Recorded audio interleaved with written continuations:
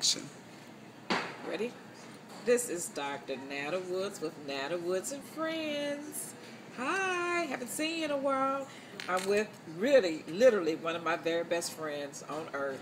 This is my cousin Daniel, and we are in Dallas, Texas at the Tower The Tower Club. Club. He's a member. Isn't that impressive? We've had a great time. He has wine and dined me, literally, along with our cousin, my cousin, his sister, Tamika.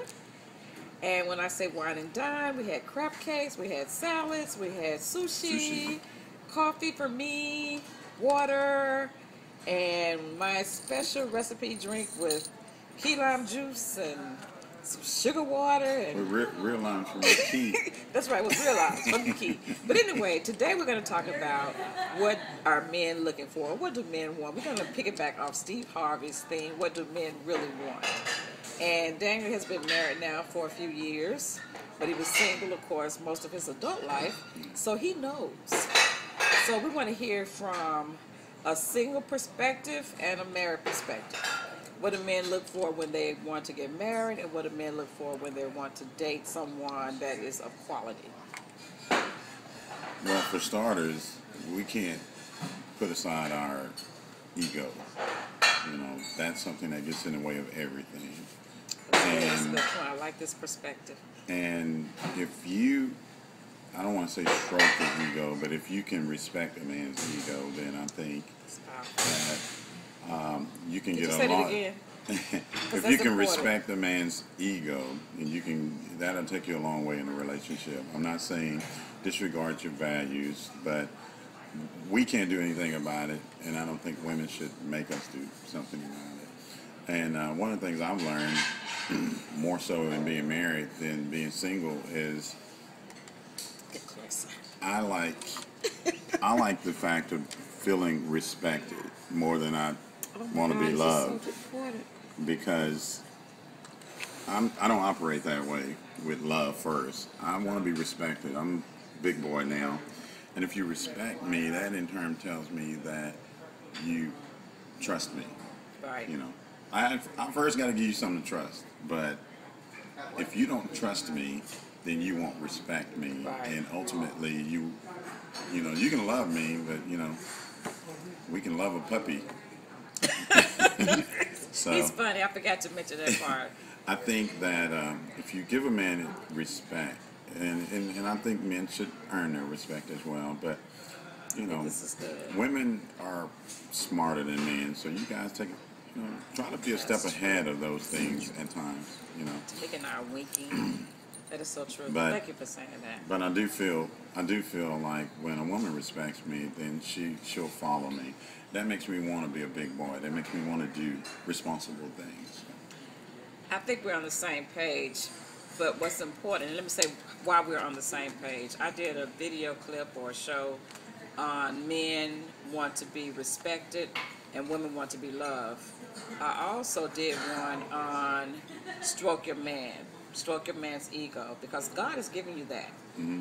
And that is something that is embedded within you, and we as women don't probably realize that, and we think stroking takes away from us. Right. Like that makes us less of a person. But I think once we get, I think when I did my other show, when I talked about it, I said that my mom shared with me that she used to tell my dad how handsome he was, or you look so good, or you do this well, and he said, you know what, you might be lying, but it sure sounds good. Yeah, it does. So I learned that as a younger person.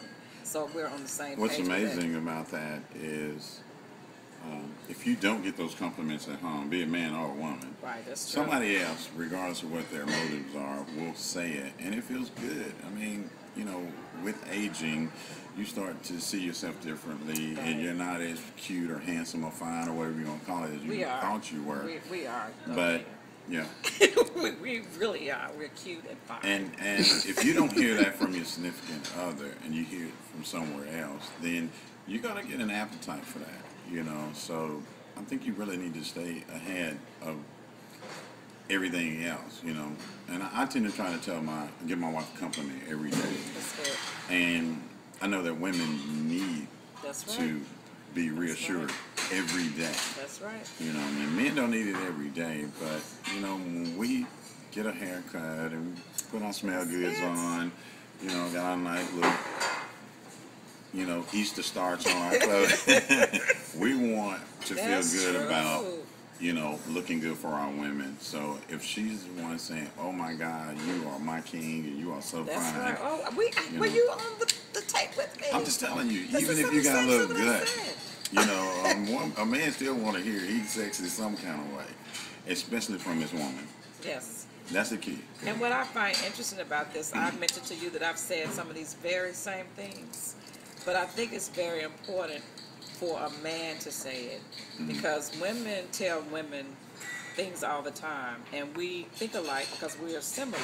But when it comes from a man, it's important because it's really telling you this is what men are looking for. And I might say a man is looking for this or blah, blah, blah, whatever. But when it comes from a man who is telling you what a man is looking for, we need to listen. And I think women do listen to men more, or should anyway. Right. So that's important. So do you have any other, because you've said some major things, do you have anything else you want to add, or did it come to you while you were?